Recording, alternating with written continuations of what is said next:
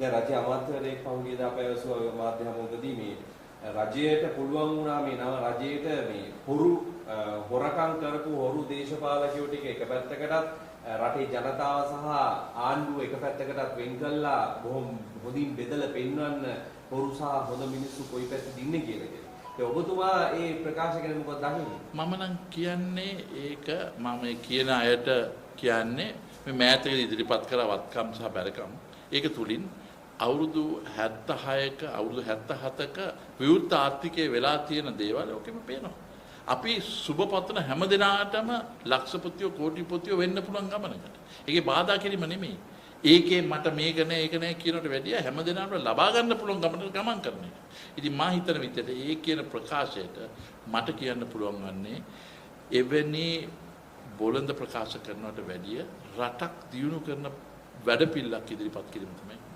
ඒ වගේම දැන් 76ක ශාපය ගැන කතා කළා. ඉතින් 76ක ශාපය තුල මේ වත්කම් බැරගම් ප්‍රකාශ වලක් තියෙනවා ගොඩක් වෙලාට ඒ හැමෝම දිනුනා කියලා. ඉතින් මේ ඇත්තටම මේක ශාපයක්ද නැත්නම් මොකක්ද?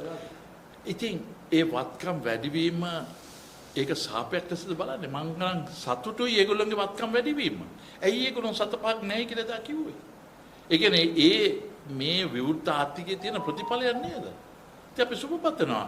අපි මොහොතකටවත් මේක තමයි එක්සත් ජාතික පක්ෂයේ වෙනස. අපි කැමති අනිත් එකට වර්ධනය වීම. හැබැයි අපි ප්‍රතිවිරුද්ධ කණ්ඩායමේ තියෙන්නේ ඒක අනිත් පැත්තට තියෙන එක නැති කිරීම. නෑ අපි කැමති ජනතාවට පුළුවන් තරම් වැඩි වීම වගේ ඕන එක්කෙනෙක්ට අවස්ථාව ලබා ගන්න. ඒ ලබා ගන්න එකට ගහන එක නෙමෙයි තියෙන්නේ.